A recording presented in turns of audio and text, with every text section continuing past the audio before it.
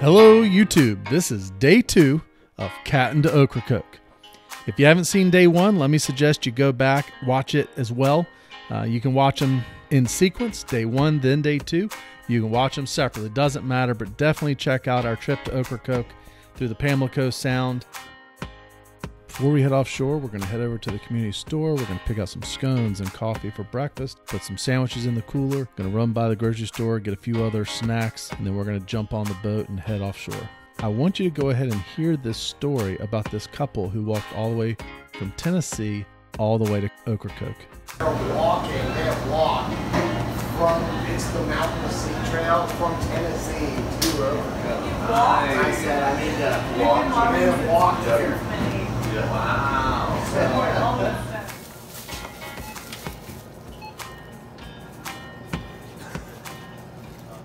Had a great night, a great event last night, which you'll see on day 1. And today it's all about fishing. So day 2, when you're on this trip, it's going to be fishing. Or let's say you're not into fishing, you can tour around the island, enjoy all the sights, go check out the lighthouse, go check out the beach, rent a golf cart, tour the island, check out the many restaurants, the shops, what have you. But that's the idea for day 2, is just to enjoy all that the island of Ocracoke has. But since the families were not with us, we decided that we definitely needed to head offshore for a little fishing. Scott and I made a new friend, Lynn. Lynn, we loved fishing with you, pal. It's fantastic. Really good to meet you and look forward to doing it again in the future. So Scott, Lynn, and I, we were the only boat that decided to venture offshore. Well, other than a 40-foot charter boat that had a morning-only fishing trip. Let's join the action real quick as we start to find our way through the inlet. Hard left again. I like that.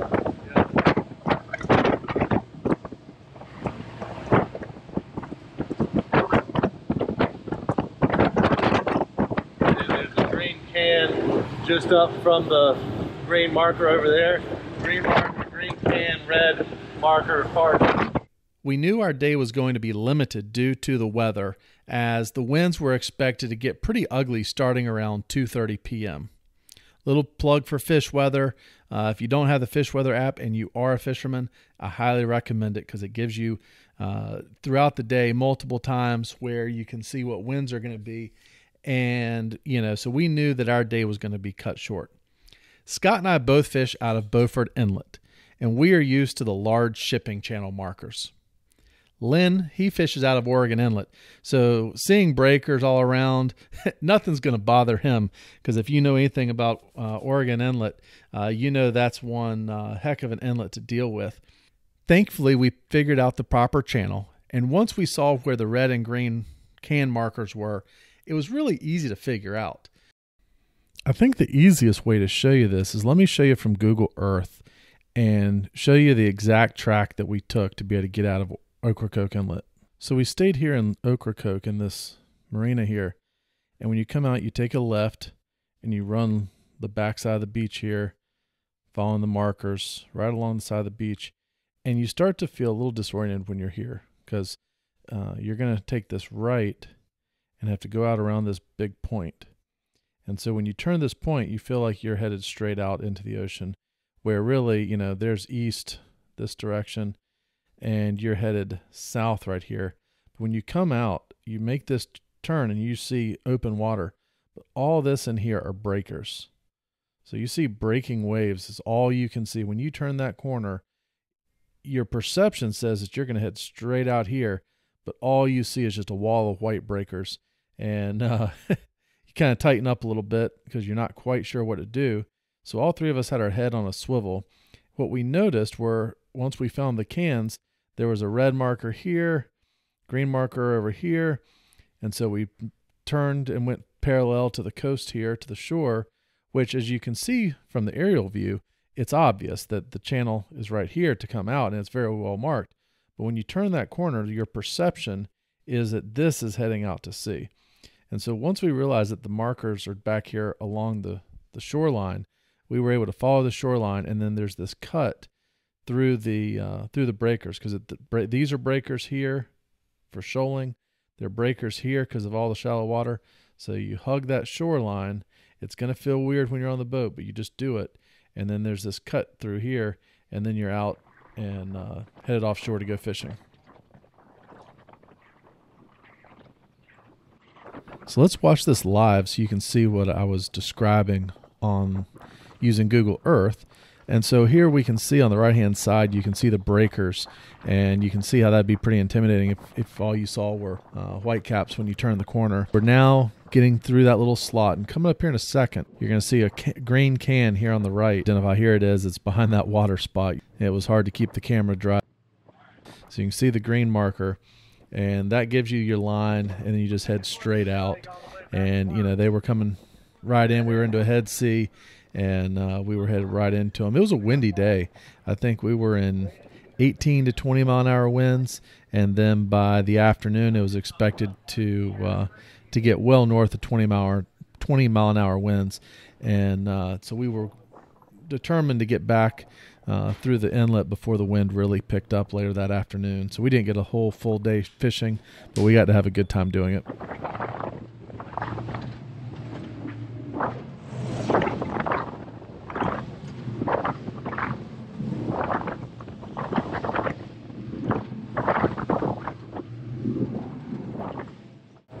We ran about 30 miles offshore, so let's fast forward to the fishing.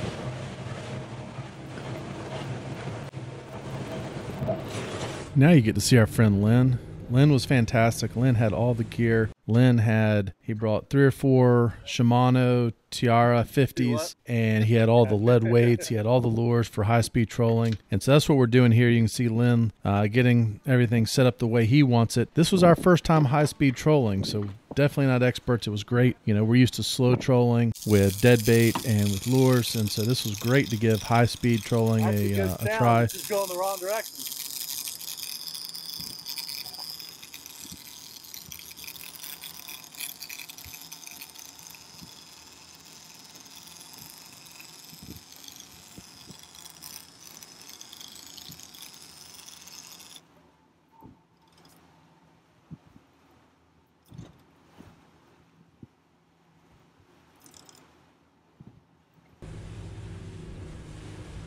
I mean, you can see the waves. We're going to call them 3 to 4 footers with the occasional 5. And once we started running the trough, it was a lot smoother. But right here, you can see we're kind of heading into them. You see the wind blowing the waves as we're running.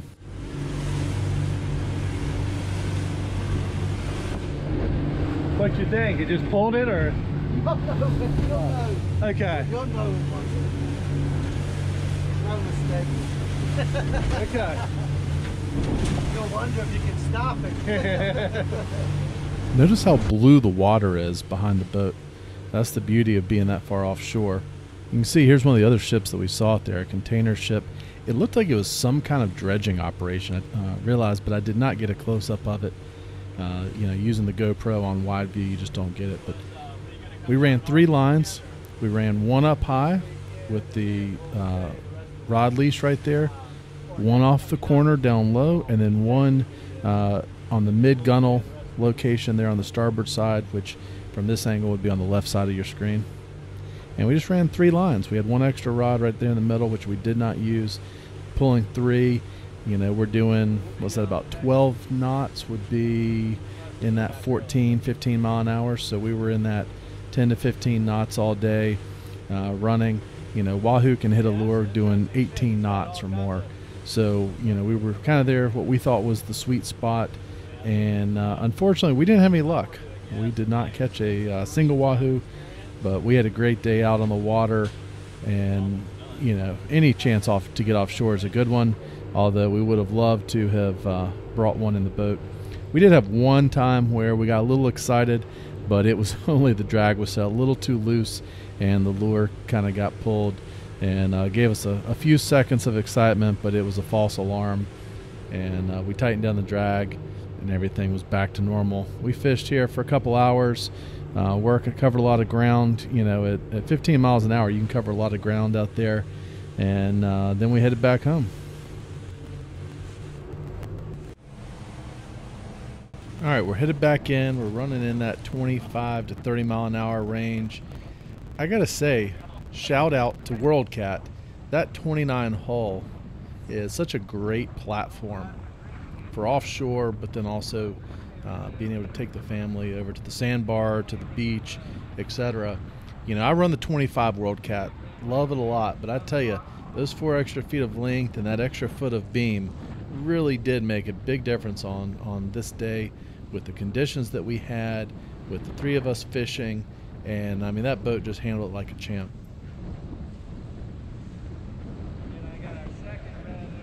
Here we are coming back to the inlet, and you can see on the right hand side, you can see those breakers we were talking about. You know, we're going with the waves, or maybe even a slight beam sea here as the wind is blowing the waves in, and we're going parallel to the coast right now to be able to catch that that slot in between breakers.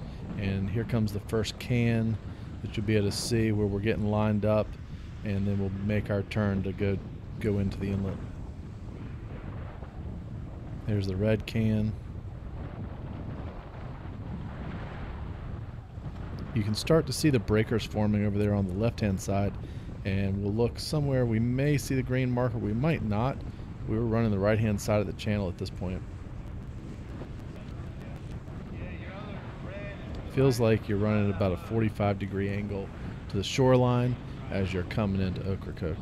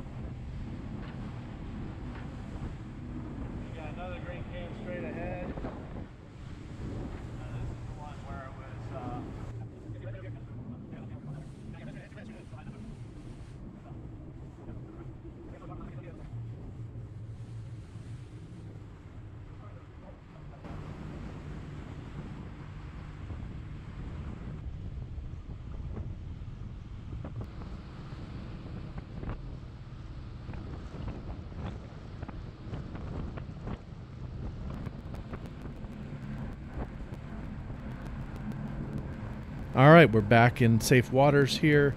We're going into the marina. We're going to tie up, rinse the boat down, wash it off. All of us are going to take our gear, put it away, and we can all go back to our rooms, get a shower, take a nap. We got a little quiet time now before we go to the evening festivities. All right, we have made it to the evening festivities. The team at WorldCat and Fort Macon Marina put together a great spread of barbecue, shrimp, and some of our fellow WorldCat owners caught a bunch of bluefish around the inlet, and the local restaurant right across the street from the hotel was kind enough to fry it all for us to give everybody a little try. Let me just say, if you're watching this video and you're watching it all the way to this point, my guess is you have a WorldCat, or maybe you want a WorldCat, and you're considering doing this trip from Morehead City up to Ocracoke as part of the Cat into Ocracoke trip. If you're on the fence, let me just say, do it. You can do it. It was an amazing trip, and I plan to be back next year, and we'll be bringing my wife, my 2 kids. We're going to bring them all along, so don't be shy about signing up. Also, be sure to go back, watch our day 1 footage if you haven't already. I'm getting ready to hit publish shortly on day 3, so go ahead and get that, where we run from Ocracoke back to Beaufort heading home. So thanks for tuning in, and hit that thumbs up button and subscribe. It really does help share the Cat into Ocracoke story. And with that, we'll see you next year.